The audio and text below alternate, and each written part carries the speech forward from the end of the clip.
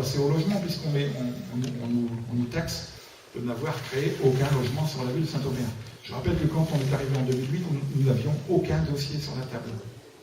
En 2008, nous n'avions aucun dossier sur la table.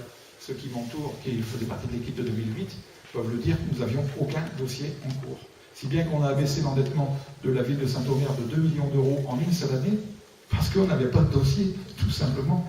Tous les dossiers que vous voyez arriver aujourd'hui, c'est nous qui les avons créés, de toutes pièces. Donc, le logement, nous dire qu'on n'a créé aucun logement, mais c'est faux, archi faux. Tout simplement, je vais vous donner un exemple très concret. La ville de Saint-Omer a été propriétaire de 7 logements rue Joseph Lardeur. La ville de Saint-Omer logeait des gens dans des conditions indignes. Indignes. Avec Gilbert Fichot, qui travaille au Calpac, il peut vous le témoigner après. Après, on a trouvé une solution avec le Calpac pour rénover ces 7 logements et amortir le loyer sur 7 ans. Donc le CCAS de Saint-Omer, pour ces 7 familles, va amortir l'augmentation du loyer sur 7 ans pour qu'elle passe d'un loyer de 200 € à 500 €. Et c'est amorti sur 7 ans grâce au Calpac. La ville de Saint-Omer logeait cette famille dans des conditions indignes, rue Joseph Lardeur. Rue qui était inondée chaque année, que nous avons réparée dès le début du mandat. Nous dire qu'on n'a pas créé de logement, la ville de Saint-Omer logeait cette famille dans des conditions indignes. On a créé 9 logements à l'école Condorcet, Clamara et Pas-de-Calapita. Solaria, 37 logements, c'est nous qui l'avons créé, c'est nous qui avons débrouillé cette affaire avec le promoteur pendant 3 ans.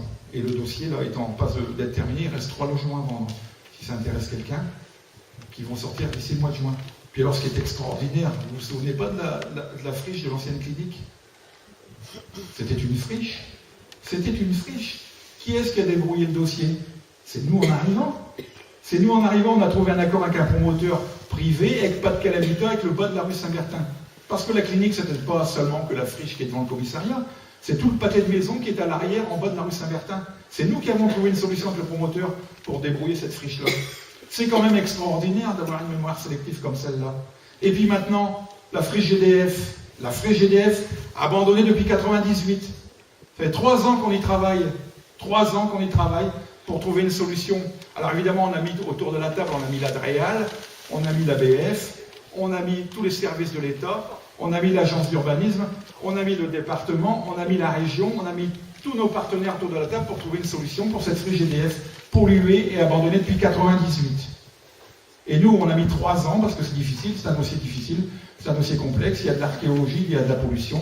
Et là, aujourd'hui, on a un programme de 110 logements. Et évidemment, on l'a maintenu à un niveau de 110 logements. J'ai lu, je crois, dans le programme de Coster qui voulait faire 250 logements ou 300 logements. Non, nous, on l'a maintenu à 110 logements pour garder une qualité de vie sur ce quartier proche de la mine Saint-Bertin. Vous voyez, nous dire qu'on n'a créé aucun logement, mais c'est un mensonge éhonté. Éhonté.